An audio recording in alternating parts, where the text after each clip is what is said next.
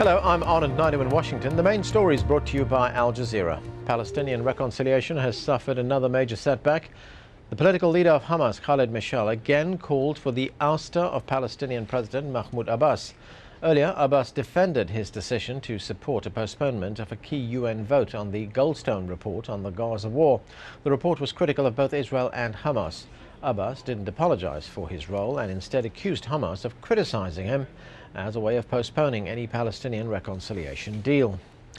Pakistan's Interior Minister says a military offensive against Taliban and Al-Qaeda fighters in South Waziristan is imminent.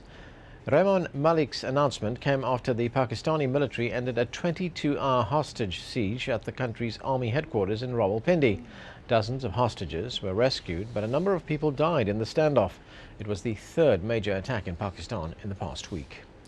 The head of the United Nations mission in Afghanistan has denied accusations he helped cover up election fraud and says there was widespread fraud in the country's August presidential election.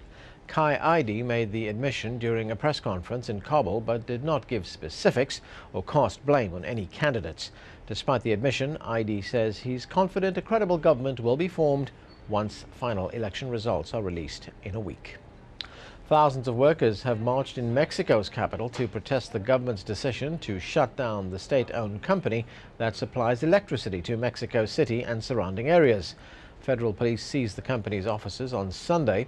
The government says it's shutting down the utility because of inefficiency and operating losses that cost it almost as much as Mexico's army.